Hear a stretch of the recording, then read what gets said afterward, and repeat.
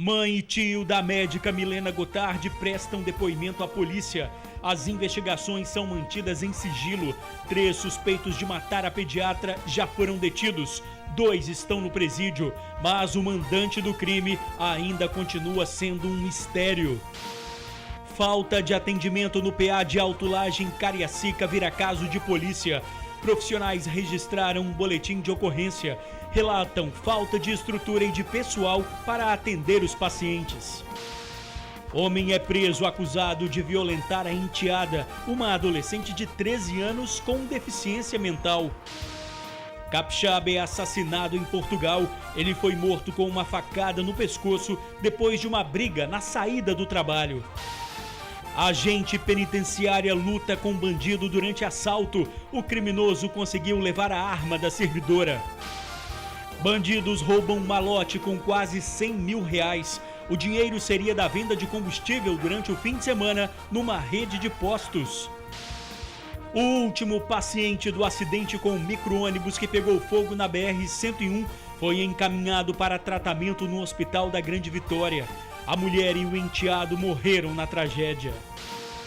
Bar pega fogo em Laranjeiras, na Serra. Não houve feridos, mas há indícios de incêndio criminoso. E o TN fala de uma doença misteriosa que ataca principalmente as mulheres. O lúpus prejudica a pele, as articulações e os rins. A gente volta em 1 minuto.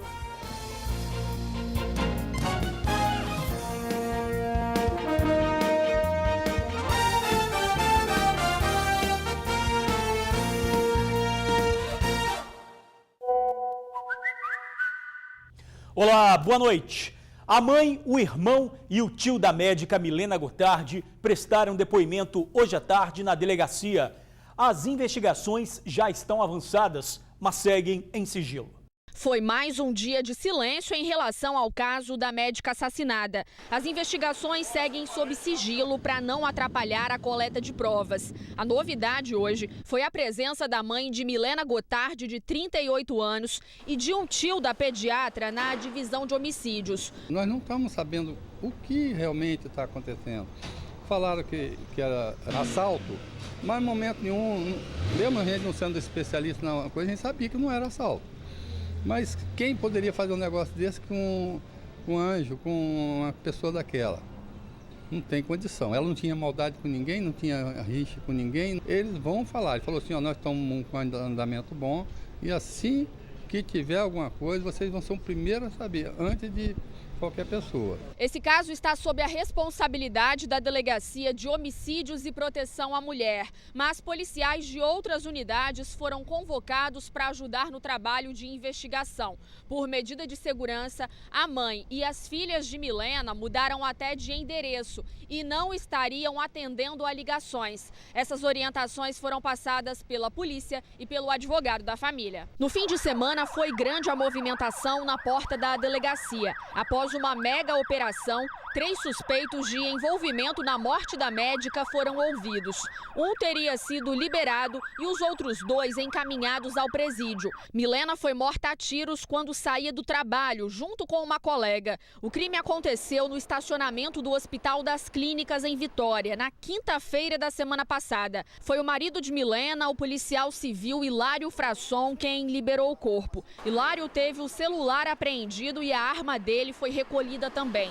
O velório da médica aconteceu numa escola pública de Fundão. Centenas de pessoas foram se despedir. As filhas da médica estão sendo cuidadas por parentes e recebem apoio psicológico. Elas estão bem, estão tranquilas, tem pessoas, nós estamos em contato com o psicólogo, entrando em contato, a médica também, se precisa, também estamos em contato, entendeu? Mas tá, graças a Deus, informação que tive agora, né? Estão excelentes, estão bem mesmo. A principal linha de investigação da polícia continua sendo feminicídio por meio de mando. Esses indícios ganharam força após policiais analisarem a dinâmica do crime e o histórico da vítima. Milena estava se separando do marido. A assinatura do divórcio estava prevista para o dia seguinte ao crime. As investigações já estão avançadas e a família espera que os culpados sejam presos o quanto antes. Nós só queremos que essas pessoas que cometeram isso seja preso, mas preso não, como ele falou, por isso que eles não foram presos ainda. Quando for preso a pessoa que fez, ou que mandou, ou que roubou, é para ir vir e ficar. Não é esse negócio de entrar e amanhã outro advogado entra com recurso. Não, não vai não. Vai entrar e ficar. A Secretaria de Segurança Pública continua em silêncio em relação ao caso. Não fez nenhum comentário sobre os depoimentos. Homem é preso acusado de violentar a enteada, uma adolescente de 13 anos e com deficiência mental. Um exame de DNA no bebê comprovou o crime. O padrasto e a mãe de uma adolescente de 13 anos, que tem deficiência mental, foram presos, acusados de estupro. O acusado mantinha relações sexuais forçadas com a enteada. A polícia chegou à conclusão que a mãe sabia do crime contra a própria filha e não fez nada para impedir. A mãe é uma cozinheira de 39 anos e o padrasto é um repositor de supermercado de 32. O casal morava junto há 3 anos. A polícia acredita que os estupros aconteciam desde que a menina tinha 11 anos. De acordo com testemunhas, a mãe foi alertada sobre a possibilidade dos abusos, mas mesmo assim, ela ignorou os avisos e não procurou a polícia. No depoimento, a mãe disse que não acreditava que o acusado poderia cometer tal crime. A denúncia inicial já relatava que a mãe tinha conhecimento da gravidez, mas não tomava nenhuma providência, fato que foi comprovado ao longo do inquérito policial. Então restou comprovado realmente que essa jovem era violentada seguidamente pelo padrasto, inclusive tendo um filho, gerando uma gravidez, e além disso, a mãe era completamente omissa, ou seja, não tomou nenhuma providência para proteger, nem para evitar que esse fato se continuasse, reiterasse ao longo do tempo, mesmo após tomar conhecimento da gravidez da adolescente. O delegado contou que no início do ano, a vítima engravidou do acusado. Parentes e vizinhos perceberam, mas mesmo assim o acusado negava. Um teste de DNA confirmou que o padrasto é o pai da criança, nascida prematura no dia 7 de agosto deste ano. Depois de presos por estupro de vulnerável, a mãe continua com a versão de que não sabia de nada. A senhora não sabia que sua filha estava sendo abusada? A filha da cozinheira estudava na APAE e, de acordo com as investigações, no trajeto até a instituição de ensino, a irmã do autor teria abordado a vítima e tentado fazer com que ela abortasse a criança. E no final agora da gestação, essa jovem é uma jovem especial, ela sofreu ainda uma tentativa de aborto. Foi ministrado uma espécie de chá abortivo e ela então entrou em trabalho de parto. Houve então esse fato que ainda agrava mais ainda a situação, porque tentaram produzir um aborto nessa criança. Essa mesma irmã estava na porta da delegacia no momento em que o acusado e a mãe eram levados para o presídio hoje à tarde. A mulher se descontrolou com os jornalistas e agrediu o fotógrafo do jornal A Tribuna. Ela ficou detida na delegacia. O inquérito só começou porque uma pessoa fez uma denúncia anônima pelo telefone 181. Os acusados foram encaminhados ao presídio. O bebê continua internado e a mãe, a adolescente, está sob os cuidados de familiares. Falta de atendimento no PA de Alto Laje, em Cariacica, vira caso de polícia. Profissionais registraram um boletim de ocorrência. Depois de 5 horas de espera, ela ouviu sabe o quê? Sem previsão de atendimento. A Maria Tereza vai voltar para casa com as 3 filhas passando mal. Falaram bem assim que não está tendo enfermeira lá para atender, que é para guardar. Aí nós pegamos um papelzinho, nós rasgamos tudinho. Um monte de mãe rasgou lá também. Falaram que é para nós esperar. Esperar até que horas? Foi assim durante o dia todo no PA do Trevo de Alto Laje, em Cariacica. Não tem enfermeiro, né? Só tem 3 e não pode passar porque tem muita gente. Nós só fomos atendidos porque a gente fomos para a prefeitura. Nós fomos para lá pedir esclarecimento, né? E a mulher falou que não está tendo, a secretária, né, da saúde, que não está tendo devido que agora vai bater ponto. Aqui no PA são atendidas em média 300 pessoas por dia. Como a demanda é muito grande, a população sempre reclama da longa espera e da falta de profissionais. Só que hoje foi pior. O quadro de funcionários ficou ainda mais enxuto que de costume. A escala de técnicos em enfermagem, que era de 7 profissionais no período da manhã, caiu para 3. Já o quadro de enfermeiros foi reduzido de 3 para 2. Essa situação virou caso de polícia. Com medo da população se revoltar, os profissionais de plantão procuraram a delegacia para registrar um boletim de ocorrência. O boletim de ocorrência respalda o profissional dessas dificuldades, dessa vulnerabilidade que acontece na assistência pela sobrecarga, pelo déficit diminuído, né, de profissional, e também nessa questão da violência, tanto verbal quanto física, que porventura ele pode receber. Houve um corte nos extras, então esses profissionais que estavam fazendo extras não puderam vir mais trabalhar, porque já tinham realizado a quantidade de extras durante o mês. E aí se agravou. A Secretaria de Saúde informou que não houve redução no número de profissionais. Dos 7 técnicos do plantão da manhã, 1 apresentou atestado e 3 não compareceram. A Secretaria disse ainda que está convocando profissionais classificados em processo seletivo. Finalizou afirmando que está implantando ponto eletrônico nas unidades e vem recebendo resistência por parte de alguns servidores. O último paciente do acidente com o micro-ônibus que pegou fogo na BR-101 foi encaminhado para tratamento num hospital da Grande Vitória. Anderson Mercher, de 26 anos, segue para uma unidade especializada em queimaduras. Ele teve cerca de 30% do corpo queimado. A mulher dele, Fabiana, e o enteado de 10 anos morreram na tragédia. Outras 9 pessoas que estavam no coletivo também morreram. A batida foi causada por um caminhão que transportava granito de forma irregular. A polícia investiga o caso. Uma agente penitenciária teve a arma roubada por um criminoso em Vila Velha. Câmeras de monitoramento flagraram a luta da vítima com o bandido. A agente segue pela calçada na rua Jair de Andrade, em Itapuã, quando é surpreendida pelo bandido. Ele aponta o revólver e empurra a vítima contra a parede. A agente reage e resiste a entregar a arma que carrega na cintura. Ele a empurra e tenta puxar a pistola. Os dois vão parar no meio da rua. A cena é acompanhada por um morador de rua que dormia no local. Ele levanta assustado. O suspeito consegue roubar a arma e, antes de fugir, ameaça atirar. O crime foi registrado no último sábado, por volta das 7h30 da manhã. De acordo com a agente, o bandido fugiu em um carro prata. Informações do suspeito, ligue 181. No primeiro assalto, a vítima gritou e conseguiu evitar que o carro fosse levado pelos bandidos, mas os criminosos insistiram e furtaram o veículo. Esta comerciante tem medo de mostrar o rosto, mas quer falar.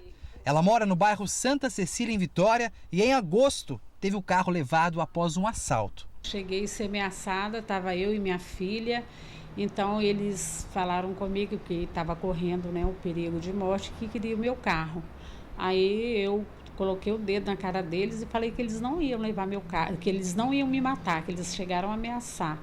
Aí eu entreguei a chave e mandei que eles fossem embora e fiz maior escândalo no meio da rua. Naquela ocasião, o carro foi recuperado no mesmo dia. Diz um ditado popular que um raio não cai 2 vezes no mesmo lugar. Pois é, mas por aqui esta máxima não funcionou muito bem. Tanto que pela 2ª vez o carro da vítima foi levado. E detalhe, hein? No mesmo lugar. Desta vez não foi assalto. O veículo foi furtado. Imagens de vídeo monitoramento mostram os suspeitos chegando na maior tranquilidade e levando o carro embora. Eu desci para pegar o carro. Quando eu cheguei lá, dei falta, não estava mais. Ao contrário do mês passado, o veículo ainda não foi encontrado. A vítima conta que o lugar está inseguro e perigoso. Só Deus mesmo para guardar nossas vidas, não só a minha, como de todos, né, por aí afora, que precisa trabalhar, que tem que sair de madrugada e tal. Mas a gente fica meio apreensiva, sim, a gente fica com um pouco de medo. Bom, o carro ainda não foi encontrado. Quem tiver informações que possam ajudar na localização, ligue para o Disque Denúncia 181. Um capixaba foi assassinado depois de uma briga em Portugal. Eduardo do Prado, de 36 anos, morava no país há poucos meses e trabalhava numa churrascaria. Ele foi morto com uma facada no pescoço. Eduardo teria se envolvido numa discussão com um angolano e foi atacado na saída do trabalho. A polícia de Portugal investiga o caso. Ainda não se sabe quando o corpo será trazido para o Brasil. Eduardo era natural de Barra de São Francisco. Bandidos rendem contador de uma rede de postos de combustível e roubam um malote com o dinheiro das vendas de todo o fim de semana. O malote era de aproximadamente R$100 mil, de acordo com a polícia. Os assaltantes roubaram o dinheiro neste posto, na Avenida Gonçalves Ledo, bairro Divino Espírito Santo, em Vila Velha. Uma ação rápida de 4 criminosos. O grupo chegou em um carro, modelo Tucson, que depois foi identificado como um carro roubado e parou dentro do posto. De alguma forma, os assaltantes sabiam que o contador da empresa faria o transporte do malote naquela hora.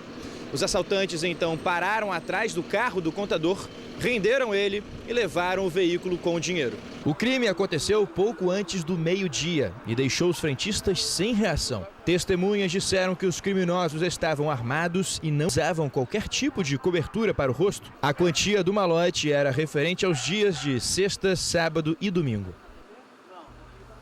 Quem tiver informação dos suspeitos, ligue 181. Uma doença misteriosa que ataca o próprio organismo. O lúpus prejudica a pele, as articulações e os rins.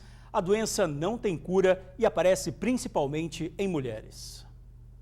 Os sintomas da doença apareceram em uma época de muito estresse na vida de Stephanie. As dores no peito ficaram cada vez mais fortes. Imagine sentir dor até para respirar. Comecei a sentir inchaço, dor no peito, pressão arterial subir. Em pouco tempo, o quadro clínico piorou. Durante 2 anos, a jovem foi tratada como paciente renal crônica, até que os médicos descobriram que o que estava ocasionando tudo isso era o lúpus. A médica, quando ela viu os meus exames, eles estavam todos alterados, então já não tinha mais o que fazer, já tinham passado 2 anos, então não tinha mais como fazer aquele tratamento de recuperar o meu rim. De repente, você começa a produzir anticorpos contra você mesmo.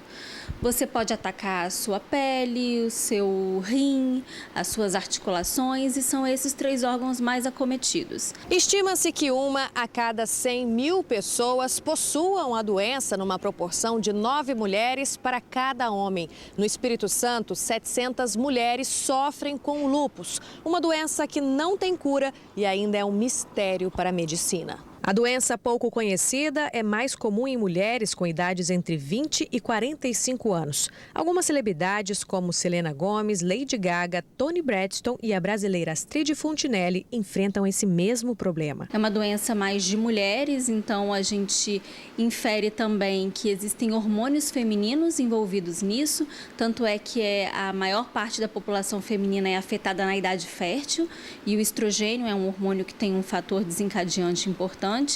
E a gente não consegue ainda descobrir o porquê que ela começa em algumas pessoas e outras não. No caso da Stephanie, esse remédio aí é o que trata a doença, mas todos esses outros fazem parte da rotina. Hoje a jovem vive relativamente bem, contanto que passe quase a metade do dia ligada a essa máquina fornecida pelo SUS. Eu fico 10 horas ligada na máquina todos os dias, de segunda a segunda, não posso interromper nenhum dia o tratamento, senão eu me sinto cansada. Um transplante de rim faria toda a diferença na vida dela, que espera por isso há 5 anos. Eu preciso apenas de um rim para conseguir sobreviver e terminar com esse tratamento. Porém, eu vou tratar a minha vida inteira o rim, mas eu vou poder ter uma vida quase praticamente normal. E a seguir, bar pega fogo em Laranjeiras, na Serra. A suspeita de incêndio criminoso. A gente já volta. Bar pega fogo em Laranjeiras, na Serra, e dono acredita que o incêndio foi criminoso. As chamas atingiram mesas e cadeiras. O corpo de bombeiros foi acionado logo cedo e conseguiu evitar que o fogo se espalhasse. O estabelecimento estava fechado e ninguém se feriu. Há indícios de que o incêndio tenha sido criminoso. O comerciante pediu uma perícia no local. O laudo sai em 30 dias. E a gente fica por aqui. Obrigado por assistir ao jornal, pela companhia de sempre. Uma boa noite e eu te espero amanhã.